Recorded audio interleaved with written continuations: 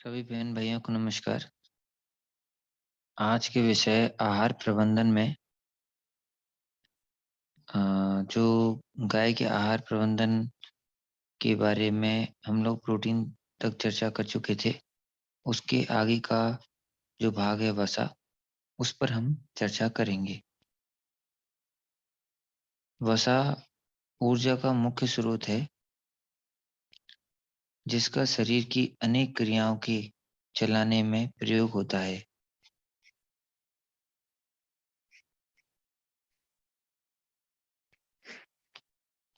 तो हम वसा के बारे में समझते हैं। वसा ऊर्जा का मुख्य स्रोत है, जिसका शरीर की अनेक क्रियाओं के चलाने में प्रयोग होता है। वसा पशुओं के दूध में उपस्थित मक्खन के निर्माण के लिए भी आवश्यक है। पशु शरीर में बहुत ही थोड़ी मात्रा में वसा की आवश्यकता होती है। सामान्यतः पशु को जो चारा व दाना आहार में खिलाया जाता है, उससे पशु में आवश्यक मात्रा प्राप्त हो जाती है। अतः पशु शरीर में प्रायः वसा की कमी नहीं पड़ती है। गाय के शरीर में लगभग 20.6% वसा पाई जाती है। वसा कार्बोहाइड्रेट की अपेक्षा 2 गुना अधिक ऊष्मा प्रदान करती है। 1 ग्राम वसा ऑक्सीकरण के उपरांत 9.40 कैलोरी ऊष्मा प्रदान करती है। खनिज लवण। यद्यपि पशु के शरीर को खनिज लवण की थोड़ी मात्रा की ही आवश्यकता होती है, तथापि इनका विशेष महत्व है। खनिज मुख्य रूप से हड्डियों के बनने, पाचन क्रिया, प्रजनन एवं उत्पादन में काम आती हैं। इनमें मुख्य तत्व हैं calcium, phosphorus, sodium, magnesium, sulphur, लोहा, तांबा आदि। हड्डियों के लिए चूना और फास्फोरस की आवश्यकता होती है।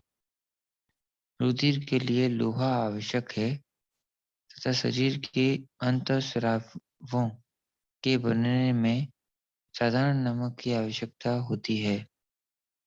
पशु के शरीर में प्रायः 2 लवणों की कमी पड़ जाती है। इन्हें पशुओं को अलग से खिलाना पड़ता है। खनिज लवण देने से छोटे-छोटे बछड़े-बछड़ियों का वजन प्रतिदिन बढ़ता है। अतः इन्हें चूना और फास्फेट प्रतिदिन देने की आवश्यकता है।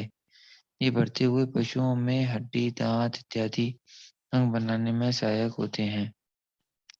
अधिक दूध देने वाली गायों के दुग्ध उत्पादन के लिए अतिरिक्त खनिज लवण खिलाने की आवश्यकता होती है, क्योंकि ये दूध में निकले हुए खनिज लवणों की पूर्ति करते हैं।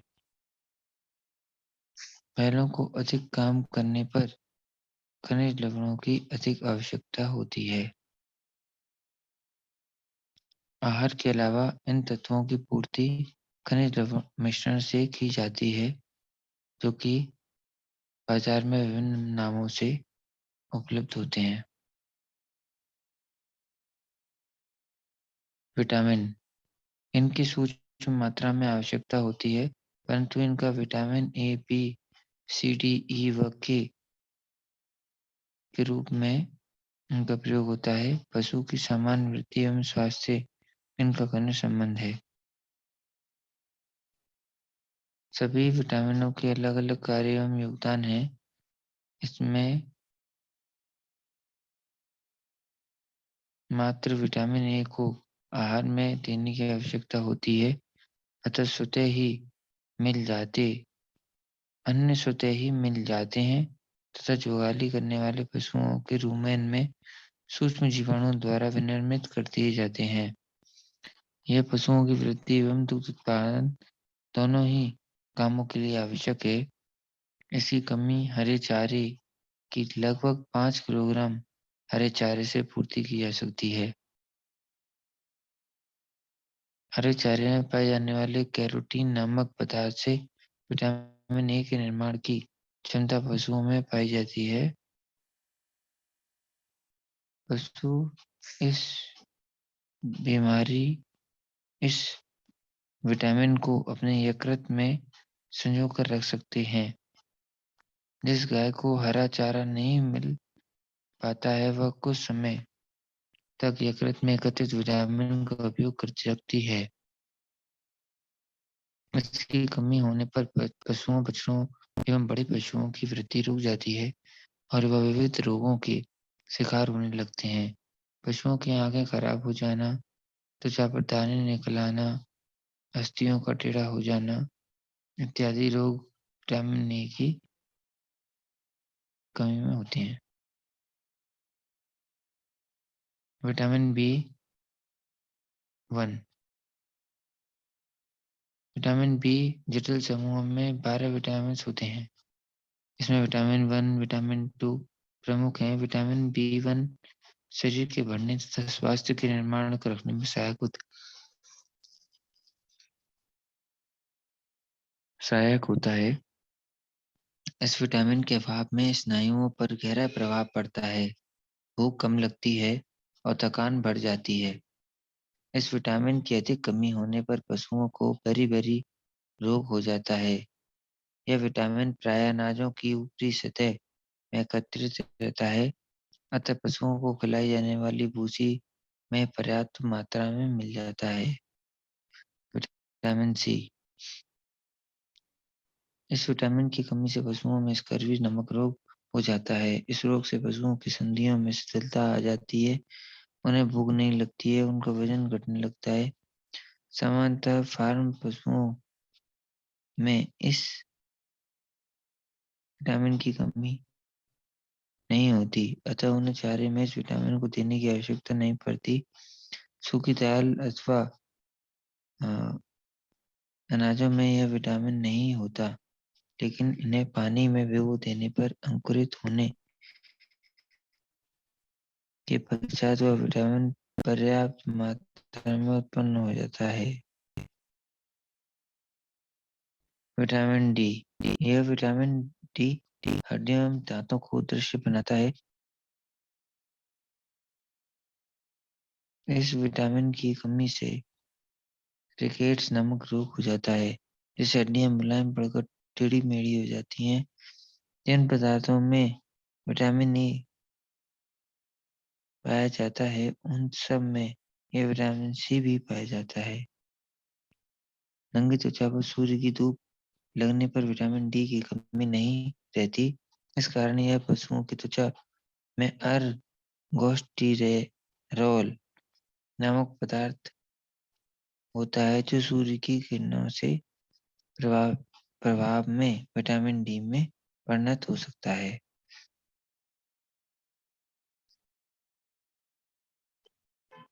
Vitamin A. यह विटामिन पशुओं की प्रजनन शक्ति बढ़ाने में सहायक होता है। इस विटामिन के प्रयोग से पशु के अच्छे स्वस्थ बच्चे उत्पन्न होते हैं। यह विटामिन विभिन्न अनाजों, प्याज तथा हरी तरकारियों में बहुतायत में मिलता है। विटामिन के इसका मुख्य कार्य रक्त स्कंदन है। कोई घाव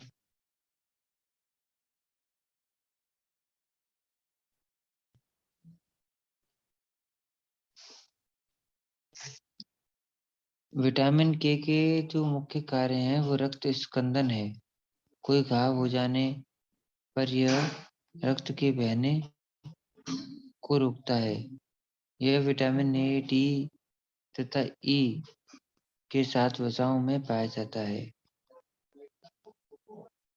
पानी पशुओं के स्वास्थ्य में बने रहने के लिए स्वच्छ, शुद्ध एवं पर्याप्त जल का प्रयोग करता है, अर्थात यह अत्यंत आवश्यक है। पशु शरीर को काफी मात्रा में पानी की आवश्यकता होती है। पानी की मात्रा चारे, दाने की किस्म तथा मौसम पर निर्भर करती है। एक औसत गाय को प्रतिदिन 30 से 35 लीटर पानी की आवश्यकता होती है। एक वयस्क पशु को प्रति किलो सूखे चारे दाने के पीछे 2.5 किलो पानी की आवश्यकता होती है। दूध में भी 87% पानी होता है।